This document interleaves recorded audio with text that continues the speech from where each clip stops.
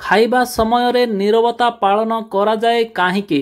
ଭୋଜନ କରିବା ସମୟରେ ନୀରବତା ଅବଲମ୍ବନ କରିବା ଆବଶ୍ୟକ। ଏହା ଫଳରେ ଅନେକ ଉପକାର ମିଳିଥାଏ। ଯିଏ ବର୍ଷେ କାଳ ମୌନ ରହି ଭୋଜନ କରେ ସେ ସ୍ୱର୍ଗରେ ସ୍ଥାନ ପାଇଥାଏ। ତା ପାଇଁ ସୁଖ ସମୃଦ୍ଧିର ଦ୍ୱାର ଖୋଲି ଯାଇଥାଏ।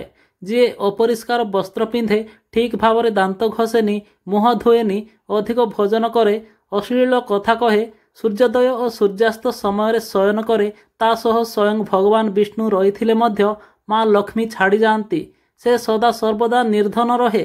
କାମ, କ୍ରୋଧ, ଲୋଭ, ମୋହ, ସ୍ୱାର୍ଥ, ଅହଙ୍କାର ଠାରୁ ଯିଏ ଦୂରରେ ରହି ଅନ୍ୟର ମଙ୍ଗଳ କାମନା କରିପାରେ ସେ ସର୍ବଦା ସୁଖରେ ରହେ ଏବଂ ତାକୁ ସ୍ୱର୍ଗରେ ସ୍ଥାନ ମିଳେ।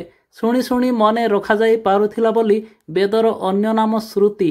ପ୍ରତ୍ୟେକ ଭଲ କଥା, ନୀତିଶାସ୍ତ୍ର, ଧର୍ମପୁରାଣ, ପ୍ରବଚନ, ତନ୍ତ୍ର, ମନ୍ତ୍ର, ଭଜନ, କୀର୍ତ୍ତନ ଆଦି ମଣିଷ ନିଜେ ପଢ଼ି ନ ପାରିଲେ ମଧ୍ୟ କେବଳ ଶୁଣି ଶୁଣି ଜଣେ ସୁଫଳ ପାଇପାରିବ। ତେଣୁ ଜଣେ ମଣିଷ ଶୁଣି ଶୁଣି ମଧ୍ୟ ମୋକ୍ଷ ପ୍ରାପ୍ତ କରିଥାଏ।